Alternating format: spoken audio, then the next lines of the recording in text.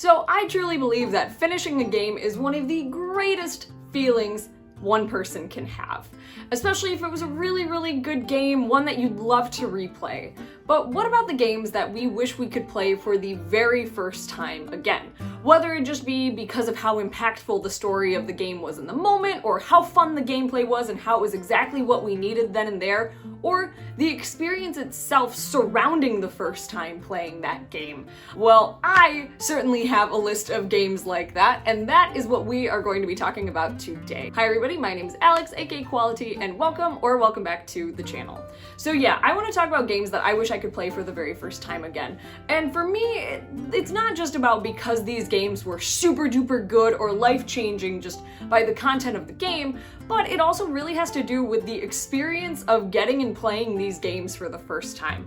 If you've been around on the channel for a while, you know I'm a really nostalgic person, so playing video games isn't even so much an experience about just the games themselves, but just what's going on in my life when I'm playing them. It's a very overall experience, I guess I should say. But yeah, so I'm not only going to be talking about the wonderfulness of the games themselves, but also why those first times playing these games was so special. I think if you were to ask me, rather than playing these games for the first time as, you know, I get older and progress, I want to play these games for the first time as if I was playing them when I first got these games. However many years ago that could be, whether it be 5, 10, whatever. I've got a bunch of games here spanning quite a few different consoles and various different memories of different parts in my life, so stay tuned for lots of fun, nostalgia, childhood memories. First up, we have a game that is probably not going to surprise most people if you've been hanging around here for long enough. This is one of my favorite series of all time, and I have specifically said that if I could replay one game ever, this or one of its sequels would be it. But I decided to go with the OG, and that is Xenoblade Chronicles. And I'm holding up the Wii one because this is the first instance that I played this game in, and this is the specific memory that I want to talk about. I have talked about Xenoblade on this channel so much, but I really feel like I'm never going to run out of things to say about this series. There's just so much there. The story is so utterly impactful, and I remember playing this game for the first time and just really taking in the atmosphere and the story and the music. It was this crazy video game experience that I really don't think I've ever experienced before. Just the visuals matched the music so well, the characters were so likable, going on this crazy quest that as we continued on through the game, it just kept getting more and more complex.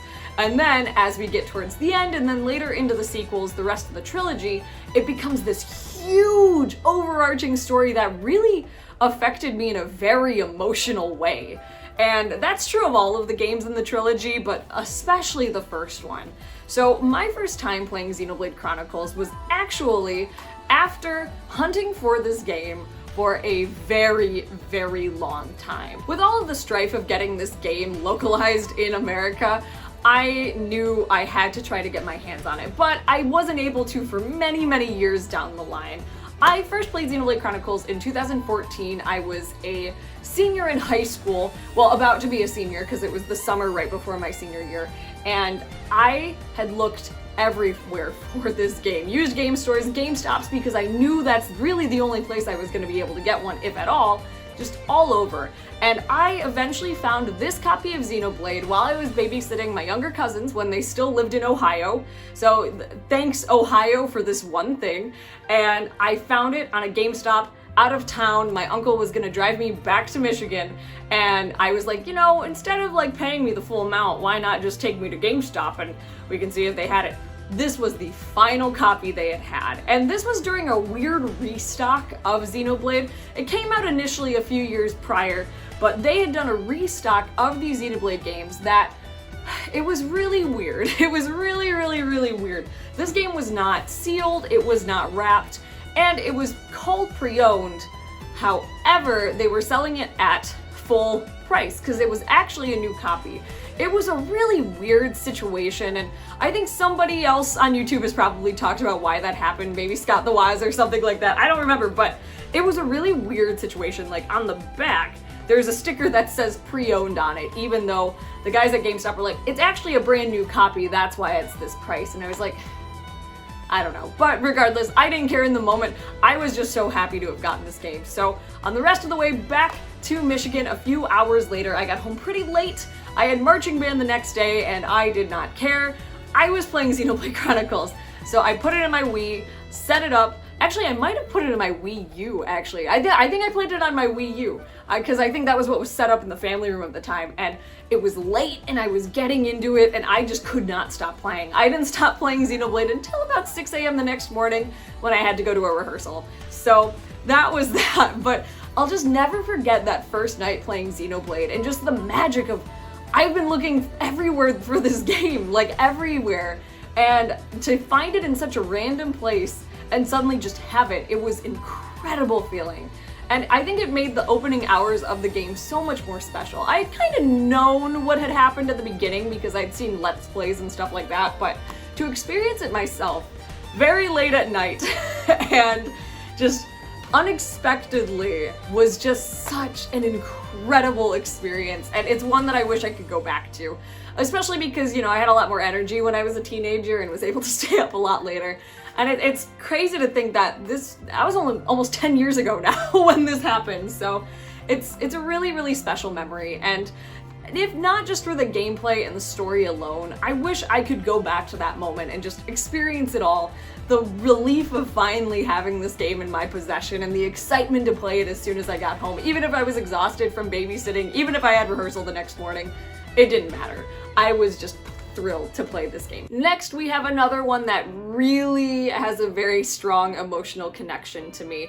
And I actually talked about this in my dear friend Cozy Veggies collab a few months back, talking about comfort games, but this is one that is really, really special to me, and that is Professor Layton and the Curious Village. So I'm a big Professor Layton fan. I'm gonna probably do more Professor Layton content as we find out new information about the new game, but I love this series, and one very specific reason why is because Curious Village especially has really strong ties to my grandpa who passed away over 10 years ago now. It's pretty crazy to think about. So when he was sick, he got a DS. My grandma bought him a DS, and we were kind of looking for games for him to play, and I had heard about Professor Layton, but I had never played it myself. But he was a big puzzle guy, loved stuff like that, so I decided, hey, let's get him Professor Layton. And my grandma, not really knowing much else about video games, was like, okay, let's do it. And so we got it for him with his DS. He started playing it, and he wanted me to kind of help him with puzzles and stuff. And as we started going through the game and the puzzles together, I started to fall in love with this game. For the Professor Layton series, this is such a strong introduction to the series. While Curious Village isn't my favorite of the 6, that would go to Diabolical Box and then Unwound Future for sure. This was such an incredible beginning to an incredible series. You're off to the town of St. Mystere to investigate a will left by a baron, and the professor and Luke go through the creepy town of St. Mystere, which I think just does a great job setting up the tone of the series itself. St. Mystere is creepy. It's so eerie and just, I love it. I absolutely love it. The puzzles are fun, and even though it was a little jarring at first, talking to every random townsfolk and them being like, I have a puzzle, or that reminds me of a puzzle, you get really used to it really quickly, and I think just, again, the atmosphere of the game sets itself up for that kind of thing to just become the norm. The puzzles were a mix of easy logic, hard, sliding puzzles, which aren't my favorite, but still, like, there's a lot of content in this game, and as the series goes on, it only gets better, but this is really what set it up to be so successful, and I think grabbed so many people's attention right off the bat. And it certainly did for my grandpa and I, and this is one that, it just means a lot to me, because I play any game in the series, but especially the first 3, and I just kind of think back to him. And yeah, I remember that same night that we were playing, I snuck the game away after he went to bed so I could play it on my own DS and get to where we were too, because I couldn't stop thinking about it. It really just took over my whole mind, and it became a thing for us to play together. And then eventually he let me borrow it so I could play through it again on my own. I got the rest of the series, and yeah, it's a really special game. So aside from the fact that it was just such an introduction to one of my favorite series, and I would love to experience that again for the first time, and the wonder and the mystery of it all, it's really a testament to how much I miss them. And yeah, it's a really, really special one. So I wish I could go back to those days, even if just for a minute, just to solve 1 or 2 puzzles with my grandpa. Now, next is one that I almost didn't include on this list, but it's one that I think is so important because I remember the circumstances of playing this game for the first time so well, and it was such an incredible experience. And that is The Legend of Zelda Breath of the Wild. I know, maybe this is one that's on a lot of people's lists, but I think for me as a longtime Zelda fan, it was so jarring to experience Breath of the Wild for the first time. So I didn't get my Switch when it first came out. I was a broke college kid in March of 2017, so I was gonna have to wait a little bit, and neither could my friend Seth. He also could not get a Switch at that time. But he did buy Breath of the Wild for the Wii U. I had just come home for spring break that semester, I think, and Seth was like, hey, I'm bringing the new Zelda game over. So he did. And he was so giggly when he showed up to my house with this game that I was like, is it really that good? Because I hadn't seen anything about the game yet. I was still a little skeptical, I think, about the Switch when it first came out. I only knew a few people that had gotten it, and I was just, I don't know, it felt really weird, but I wasn't gonna say no to playing the new Zelda game, especially because I knew it was gonna be a while before I was able to get my hands on it myself. So we put it in the Wii U, and Seth is like, go for it. You're playing this by yourself. I'm not telling you anything. You get to figure it out yourself. And I was like, okay. And I remember, and I know the opening cinematic has been used time and time again to just show any kind of open world kind of thing, the one where Link is looking out over the Great Plateau. But when I saw that the first time, I was shook. I was like, what is this game? What is this world? Oh my gosh. And so we played for hours. Seth would give me a few random tips here and there, but he mostly left it to my own devices, laughing maniacally in the background as I stumbled through the Great Plateau trying to figure things out. It's so funny to think back at those days where I was like a newborn baby in this Hyrule that I had never experienced before, but now since have been in so many times, not just with Breath of the Wild, but Tears of the Kingdom. And I just remember being shocked at every turn, like, why is he naked? Why do I have a stick? Why is my stick breaking? What the heck is going on? And just being enthralled. And so we played up to the point where I got off the Great Plateau, and that is when Seth, after several hours, was like, I think it's time to go home. I was like, why did you can't do that to me?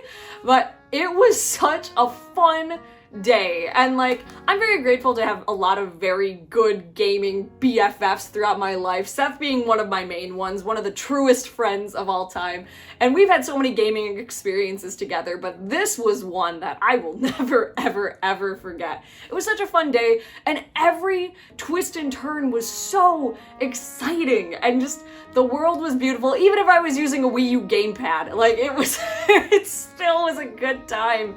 And while I don't think I would ever play Breath of the Wild on a Wii U, I want to get a copy of it at some point in time for the memory, but that's alright. Oh, and then fun fact, so after that day, about another week passed, Seth texted me like, yeah, I bought a Switch in Breath of the Wild again, so he did lend me the Wii U one, but I didn't really play it again until I got my own Switch copy. So yeah, it was a pretty great game. This was my first game on the Switch, and it's just, you know, after that initial experience and then getting this game again at Christmas, starting it over, kind of remembering what I was doing, and then just playing the heck out of it. I really love Breath of the Wild. I know it's kind of like a, you know, especially for long-term Zelda fans, like, maybe it's not meeting all of the Zelda criteria.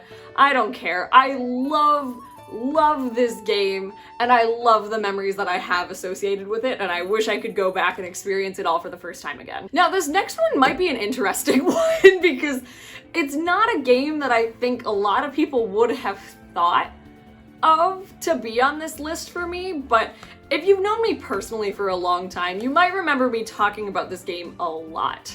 But this was one that it was a random pickup for my DS back in the day. And, well, not so much random. I had played other games in the series and loved them and was like, you know what, I want to get this one on the DS, so I have a game from the series on my DS. And little did I know this was going to become my favorite game of that series, but also just a really special gaming memory, and that is Final Fantasy IV for the DS. Now, I know what you might be thinking. If you played Final Fantasy IV, you're like, why this version? Why the weird, clunky 3D DS graphics? Well, let me tell you. So at this point in time, I had played Final Fantasy 1 and 2 as ports on my mom's PSP, and they were, you know, your traditional pixel graphics, but that was my first instance of playing a Final Fantasy game. And while I loved that, and I love the PSP, I wanted something on my DS because I was mostly playing my DS at the time. So we got to Best Buy, and I saw got it. And I saw Final Fantasy, saw this really nice shimmery silver cover. I was like, that looks fancy. And then on the back, I'm gonna try to show the camera, but you probably can't really see it. They're really small pictures. I saw these 3D-ish graphics. And you know, to me, at this point in time, when I was like 10, maybe 9 or 10, I thought these were the greatest things I've seen in my life. So I thought that this was going to be a wonderful time. And so we brought Final Fantasy IV home. I played so much of this the first day I got it. So in the DS version, they have this really pretty opening cinematic with much updated Final Fantasy graphics. Like, think like 12, like those kinds of graphics that had this very stylized introduction. So I saw that and I was like, that's what the game's gonna look like? No, it did not, but it still got me really, really excited. I saw the characters in these fully realized, just cool models, doing all these cool things, and I was just like, whoa, because up until that point, like, your characters in Final Fantasy I especially don't really have a personality, whereas all of the characters in this cast, just even by looking at their designs, they had personality. I could tell exactly what type of character all of these characters were just by looking at them, and I thought that was really, really cool for this kind of situation. Of course, there were more twists and turns.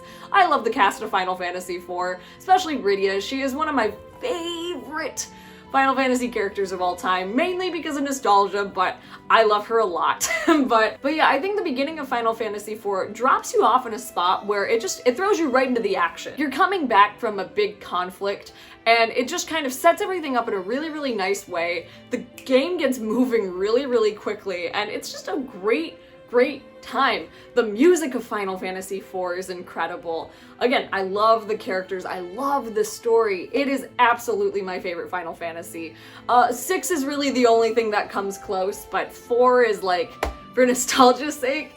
And I think the reason I would go back and play this game again for the very first time is because I just remember the excitement of like, this is my first Final Fantasy game that I own. Like, yeah, I have the other two, but they weren't really mine at that point in time. Like, this was a Final Fantasy experience that was just for me. And this was also a big outlet of creativity for me. Again, I loved the characters. I would write stories about the characters.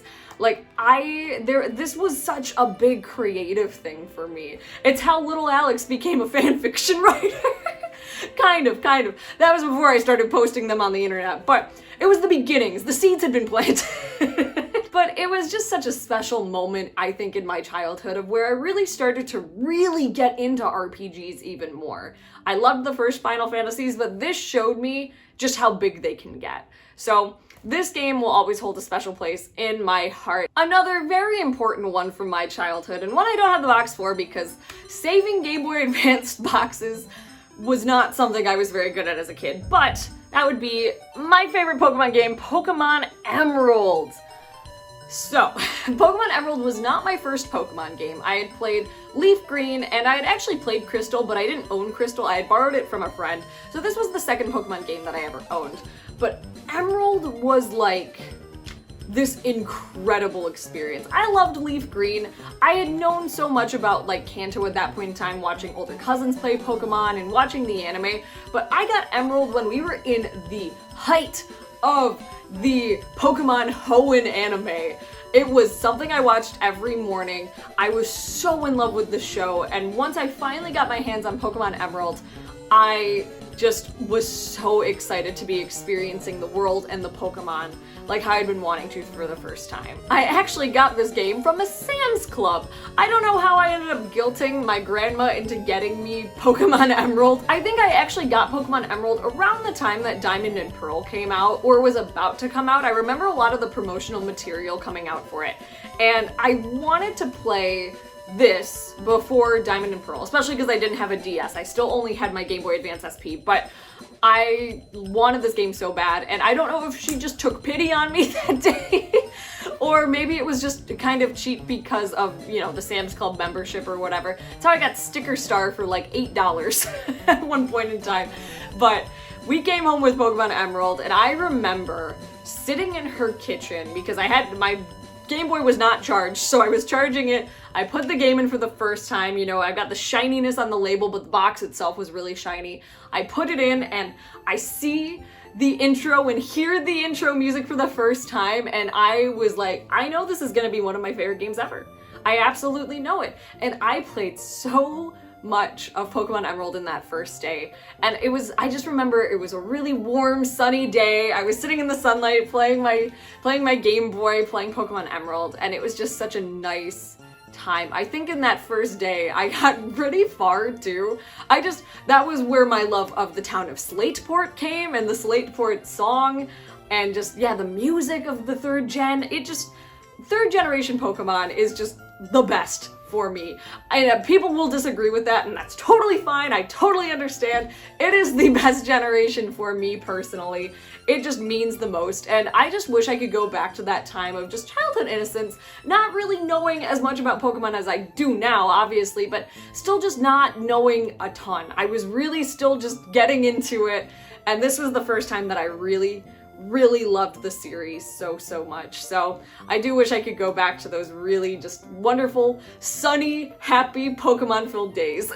Now, this is probably the most recent game on this list, and this is one that I am obsessed with. It is probably my favorite Switch game of all time. I listed it as #1 in the video I made, and I do still think it's true. That is Fire Emblem 3 Houses. Yes!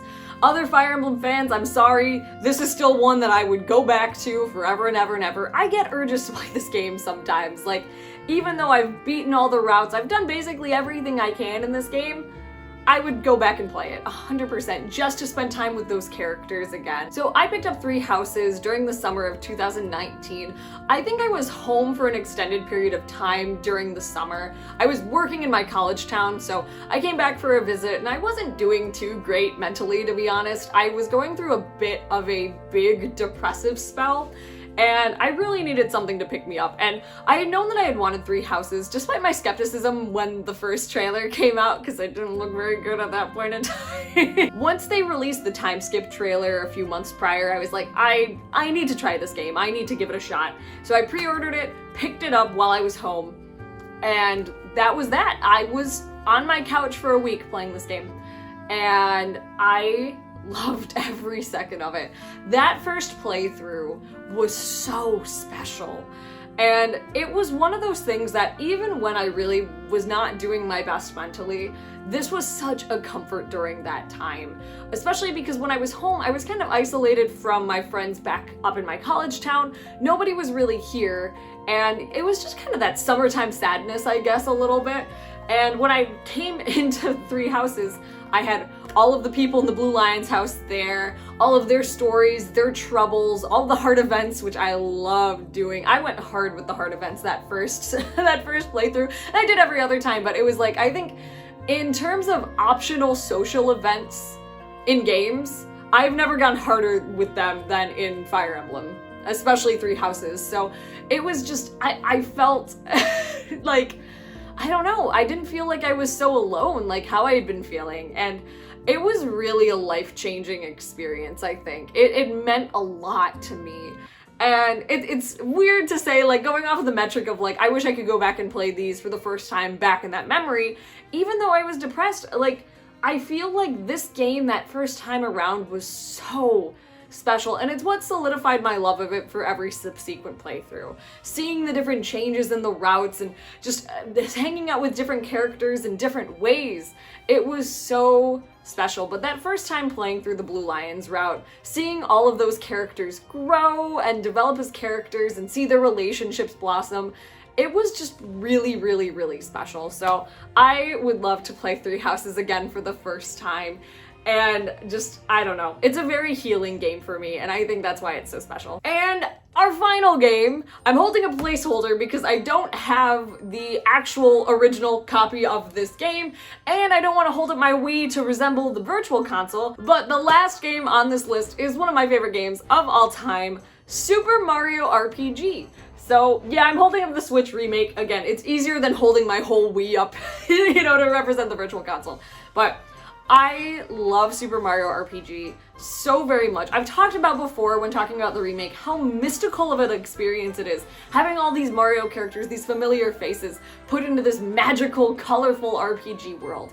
And so the very first time that I ever played Super Mario RPG, it was on the Virtual Console on my Wii. I had seen Let's Plays of it, I had seen just a lot of people talking about it, and this was very much so still while the height of Get Geno and Smash was going on. And I'm not talking about during Ultimate, I'm talking about like the beginning of that movement, like many, many years prior to that. And I had just enough on a Wii Shop Channel gift card that I was like, all right, let's get it. And I think I got that, and maybe either before or after I got the first Paper Mario as well, but I knew Super Mario RPG was the very first game I was playing, and I remember sitting in front of my Wii, in front of the big TV, experiencing Super Mario RPG in this just crazily blown up way, and it was so exciting. Like, again, I will never forget seeing that intro the first time of that game and just seeing those fun graphics. And even though it might not have been the same experience as those who had played it for the first time on an SNES, it was still really, really special to me. Even though I had never had an SNES or had the original game, seeing the graphics were weirdly nostalgic to me, even if I had never been to that, you know, in that part of life before. I don't know. It was really a very interesting experience. And just that first time, I remember it was a hot summer day. I had made snacks. I made this an event. I made this an event. And I was just playing the heck out of that game. I did not move. My parents were like, why are you playing an old game when you have all of these new Wii games? And I was like, well, I have to experience it. Like, I've heard this is a great game. And I fell in love with that game so quickly. And, you know, obviously I was ecstatic when they announced a remake. And I would go back and play this remake for the first time again, too. It's just, I have such strong feelings about that first moment because I really did make it like a whole event. But just, again, the music, the graphics, so nostalgic in a way that I can't even describe, and just really fun gameplay. I remember feeling so accomplished every time I figured out the timing for the button presses, and it was like, I was like, oh my gosh, I'm getting better at this game. Like, it's a turn-based RPG, which I was really familiar with at the time, but now there's this extra added action part to it, and I just kept feeling myself getting better and better and better, and it was just such this wonderful feeling of progression during like this wonderful little game. And yeah, I love Super Mario RPG. That's not a surprise. That's not a surprise, again, if you've been around here long enough, but still, it definitely deserved a place on this list. And there we have it, 7 games that I would play again for the first time. And I have more, but these were the first 7 that I thought of. And I think, you know, these are some of my favorite games of all time in this pile, or of some of my favorite series. So I think that's kind of just a testament to how much these games really, really mean to me. You know, video games can be so much more than just what's going on in the game with the gameplay and the story. It can really involve the entire experience of what's going on in your life and the memories that you hold from that part of your life and why those games relate. So it was really, really nice to kind of sit down and talk about these games. Again, I love them, they're my favorites, and yeah. So let me know games that you wish you could play for the very first time again, and also let me know the distinction. Would you like to play them for the first time again later on in life, or going back to that first memory of when you played them for the first time? I'd love to know, because I think both are super valid and there are so many different reasons behind both, so I'd just love to hear what you're thinking on the matter. But that is going to do it for me. If you liked this video, consider giving it a thumbs up, and if you're not already subscribed, maybe consider subscribing. We are so close to 5,000 subscribers. press the alarm. It's crazy. I never expected this, but yeah, so that would be really, really cool, and I'd love to have you a part of this community as well. But that is going to do it for now. Until the next one, goodbye! Boop.